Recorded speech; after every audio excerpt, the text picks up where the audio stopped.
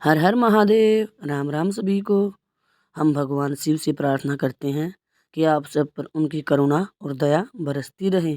प्यारे भक्तजनों, जैसा कि आप सभी को पता है कि इस चैनल पे आप श्री भक्तमाल के समस्त चरित्रों का श्रवण करेंगे। तो इसी श्रृंखला में हम 12 प्रधान भक्तों के चरित्रों का श्रवण करा रहे हैं। तो आज हम श्री कपिल देव जी के चरित्र का श्रवण करेंगे। कहा भी जाता है सिद्धा नाम कपिलो मुनि। तो कथा इस प्रकार है। ब्रह्मा जी ने स्वर्ग के आदि में सृष्टि विस्तार के उद्देश्य से कई पुत्र उत्पन्न किए। इनमें से एक कर्दम नाम के प्रजापति भी थे। इन्होंने ब्रह्मा जी की आज्ञा से संतान उत्पन्न करने के हेतु सरस्वती नदी के तट पर 10,000 वर्ष तक तप किया। इसके अनंतर वे समाधि सहित तप, स्वाध्याय तथा ईश्वर प्राणिधान रूप क्रिया योग के द्वारा शरणागत वत्सल भगवान की भक्ति सहित उपासना करने लगे। उनकी भक्ति से प्रसन्न होकर भगवान ने उनसे उनकी इच्छा पूछी। कर्दम ऋषि भगवान का योगी जन दुर्लभ दर्शन पाकर कृतार्थ हो गए और उन्हें साष्टांग प्रणाम करके उनकी स्तुति करने लगे। उन्होंने भगवान से प्रार्थना की कि मुझे अपने समान स्वभाव वाली और चतुर्वर्ग की प्राप्ति कराने वाली सहधर्मिणी प्रदान कीजिए। भगवान ने कहा, हे प्रजापते, ब्रह्मा जी का पुत्र स्वयंभू मनु अपनी पत्नी के साथ परसों यहाँ आएगा तथा अपनी देवहूति नामक कन्या को तुम्हारे अर्पण करेगा। उसके द्वारा तुम्हें 9 कन्याएं प्राप्त होंगी। मैं भी तुम्हारे प्रेम से आकृष्ट होकर अपने अंश रूप कला के द्वारा तुम्हारे यहाँ पुत्र रूप में प्रकट होऊंगा और सांख्य शास्त्र रूप संहिता की रचना करूंगा। यह कहकर भगवान अंतर्ध्यान हो गए। भगवान के कथनानुसार तीसरे दिन स्वयंभू मनु अपनी पत्नी के सहित कन्या को साथ में लेकर कर्दम के आश्रम में पहुँचे और बड़े आग्रह और विनय के साथ वे ऋषि को अपनी कन्या अर्पित कर चले गए। इधर देवहूति माता पिता के लौट जाने पर पति की अत्यंत प्रीतिपूर्वक सेवा करने लगी। उसने विषय भोग की इच्छा तथा कपट, द्वेष, लोभ, निषिद्ध आचरण और प्रमाद आदि दोषों को त्याग कर सोच, इंद्रिय निग्रह आदि गुणों से अपने तेजस्वी पति को संतुष्ट किया। काल पाकर उन्हें 9 कन्याएं उत्पन्न हुई। अब तो कर्दम ऋषि अपने पिता ब्रह्मा जी की आज्ञा पूरी हुई जानकर संन्यास धर्म में दीक्षित होने का विचार करने लगे।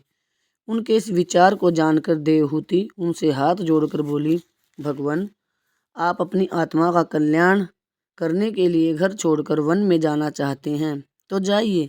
मैं आपके मार्ग में बाधक नहीं होना चाहती, किंतु मेरी एक छोटी सी प्रार्थना है, उसे पूरी करके आपको जाने का विचार करना चाहिए। वह यह है कि आपके वन चले जाने पर मेरा शोक दूर करने के लिए मुझे एक ब्रह्मज्ञानी पुत्र चाहिए। केवल कन्या उत्पन्न करके आप पितृऋण से मुक्त नहीं हुए, अतः आप कुछ दिन और घर में रहिए और पुत्र उत्पन्न होने के बाद चले जाइए। मैंने विषयों में लिप्त रहकर अब तक की आयु तो व्यर्थ खो दी, परंतु शेष जीवन मेरा भगवान के भजन में ही बीते, ऐसी मेरी इच्छा है। आपको ब्रह्मज्ञानी न जानकर मैंने अब तक आपसे ग्राम्य सुखों को ही कामना की। अब आप कृपा करके मुझे पुत्र की प्राप्ति कराकर इस संसार रूप बंधन में छूटने में सहायता कीजिए। उसके इन विनय एवं वैराग्य युक्त वचनों को सुनकर ऋषि को भगवान के वचनों का स्मरण हो आया। वे बोले, हे राजपुत्री, तुम किसी प्रकार की चिंता न करो। तुम्हारे उदर में भगवान जगदीश्वर शीघ्र ही अवतार धारण करेंगे और तुम्हें ब्रह्म ज्ञान का उपदेश देकर तुम्हारे हृदय की अहंकार रूप ग्रंथि का छेदन करेंगे। देवहूति भी प्रजापति के वचनों में पूर्ण विश्वास कर भगवान श्री हरि की प्रेम पूर्वक आराधना करने लगी। समय पाकर उसके उदर से भगवान मधुसूदन प्रकट हुए और चारों दिशाओं में जय जयकार की ध्वनि होने लगी। उस समय मरीचि आदि ऋषियों सहित ब्रह्मा जी कर्दम ऋषि के आश्रम में पहुँचे। उन्होंने कर्दम देवहूति को उनके पुत्र का महात्म्य बतलाया और कहा कि साक्षात पूर्ण पुरुष ही तुम्हारे यहाँ अवतीर्ण हुए हैं। इनके केश कलाप सुवर्ण के समान कपिल वर्ण होने के कारण ये जगत में कपिल नाम से विख्यात होंगे। ये सिद्ध मुनियों में अग्रगण्य होंगे और सांख्य शास्त्र का प्रचार करेंगे। यो कहकर ब्रह्मा जी सत्यलोक को चले गए। उनके जाने के बाद कर्दम ऋषि ने अपने यहाँ पुत्र रूप में अवतीर्ण हुए भगवान कपिल देव की अनेक प्रकार से स्तुति की और उनसे संन्यास धर्म को स्वीकार करने की आज्ञा मांगी। भगवान बोले, हे प्रजापते, मुमुक्षुओं को आत्मज्ञान प्राप्त कराने में सहायक प्रकृति पुरुष आदि तत्वों का निरूपण करने के लिए ही मैं इस समय धराधाम पर अवतीर्ण हुआ हूँ। तुम अब सब प्रकार के बंधनों से मुक्त हो गए हो, अतः तुम संन्यास ग्रहण कर सकते हो। यद्यपि तुम्हें घर में भी मुक्ति प्राप्त कठिन नहीं है, परंतु तुम मुझे बराबर स्मरण करते रहना और अपने समस्त कर्मों को मुझे अर्पण कर मोक्ष की प्राप्ति के निमित्त मेरी उपासना में लगे रहना। यद्यपि यह सूक्ष्म आत्मज्ञान का मार्ग बहुत पहले से चला आ रहा है, तथापि बहुत काल बीत जाने से वह लुप्त सा हो गया है।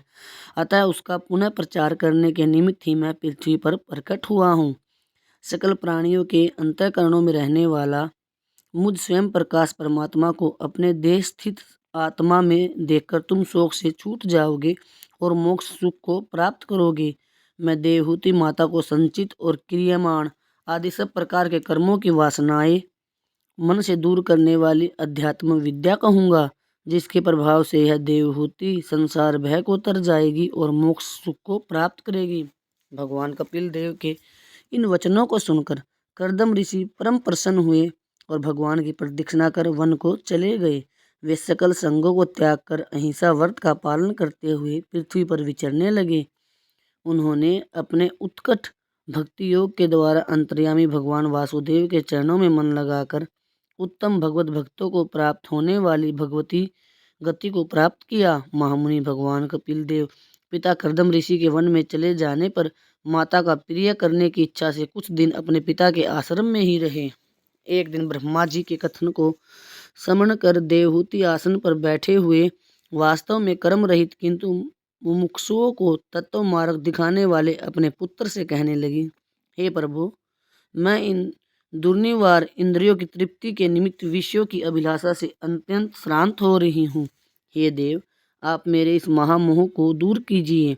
आप शरणागतों के रक्षक और भक्तों के संसार रूप वृक्ष को छेदन करने में कुठार के समान हैं। माता के इन वचनों को सुनकर कपिल देव मन ही मन बड़े प्रसन्न हुए और मुस्कुराते हुए बोले, हे माता, इस आत्मा के बंधन और मुक्ति का कारण चित्त ही है। चित्त के सिवा कोई दूसरा नहीं है। यह चित्त शब्द आदि विषयों में आसक्त होने पर बंधन का कारण होता है और वही ईश्वर के प्रति अनुरुक्त होने पर मुक्ति का कारण बन जाता है। इसी प्रकार दुष्ट पुरुषों का संग जीवात्मा को बांधने वाला दृढ़ फांसी के समान है और सत्पुरुषों के संग को शास्त्रों में मोक्ष का द्वार कहा गया है। अतः हे जननी, तुम्हें सत्पुरुषों का ही संग करना चाहिए। साधुओं के सत्संग से ही मेरे प्रभाव का यथार्थ ज्ञान कराने वाली और अंतःकरण को सुख देने वाली कथाएं सुनने को मिलती हैं, जिसके श्रवण से भगवान में श्रद्धा, प्रीति और भक्ति क्रमशः उत्पन्न होती है। उस भक्ति से ऐहिक तथा पारलौकिक सुखों के प्रति वैराग्य उत्पन्न होता है और वैराग्य संपन्न पुरुष आत्म साधन के उद्योग में तत्पर होकर योग आदि के द्वारा अंतःकरण को स्वाधीन करने का प्रयत्न करता है और शब्द आदि विषयों के सेवन को त्याग कर वैराग्य से बढ़े हुए ज्ञान, अष्टांग योग और भक्ति के द्वारा इसी देह में मुझ सर्वांत अंतर्यामी परमात्मा को प्राप्त कर लेता है। इसके अनंतर देवहूति के प्रश्न करने पर भगवान श्री कपिल देव ने भक्ति के लक्षणों का वर्णन किया। फिर सांख्य शास्त्र की रीति से पदार्थों का वर्णन करते हुए प्रकृति पुरुष के विवेक द्वारा मोक्ष का वर्णन किया। इसके अनंतर अष्टांग योग से स्वरूप की उपलब्धि किस प्रकार होती है यह बतलाते हुए भक्ति योग की अनेक प्रकार बतलाए और साथ ही संसार के दुखदायी स्वरूप का चित्रण किया। प्रसंगतः कामी जनों की कैसी गति होती है यह बतलाते हुए मनुष्य योनि का महत्व बतलाया और यह भी बतलाया कि मनुष्य योनि पाप और पुण्य के सम्मिश्रण से प्राप्त होती है। अपने पुत्र के उपदेश को सुनकर देवहूति के अज्ञान का पर्दा हट गया और वह उनके प्रभाव को समझकर उनकी भगवत बुद्धि से स्तुति करने लगे। भगवान कपिल उनकी स्तुति को सुनकर बड़े प्रसन्न हुए और स्नेह से गदगद वाणी से इस प्रकार बोले, हे माता, मेरे कहे हुए इस मार्ग से यदि आप चलेंगी तो बहुत ही शीघ्र जीवन मुक्ति रूप उत्तम फल को प्राप्त करेंगी। हे जननी, ब्रह्मज्ञानियों के द्वारा सेवनीय है। मेरे इस अनुशासन पर आप विश्वास रखें। न इस प्रकार बर्ताव करने से आप संसार से छूटकर मेरे जन्म मरण रहित स्वरूप को प्राप्त होंगी। मेरे इस मत को न जानने वाले पुरुष मृत्यु रूप संसार में बार बार गिरते हैं। यो कहकर महामुनि कपिल जी माता से विदा लेकर ईशान दिशा की ओर चल दिए। देवहूति भी अपने पुत्र के बताए हुए योग मार्ग से अपने चित्त को एकाग्र करके अपने पति के आश्रम में समाधि के द्वारा समय व्यतीत करने लगी और शीघ्र ही सर्वश्रेष्ठ अंतर्यामी नित्य मुक्त एवं ब्रह्मारूप भगवान के साथ एकता को प्राप्त हो गई। प्यारे भक्तजनों, आप सभी ने भगवान के अवतार श्री कपिल देव जी के चरित्र का श्रवण किया। आप सभी ने इस कथा को सुनने के लिए अपना कीमती समय दिया, उसके लिए आप सभी श्रोताओं का कोटि कोटि धन्यवाद। भगवान शिव आप सभी पर कृपा बरसाते रहें। राम राम सभी को। हर हर महादेव।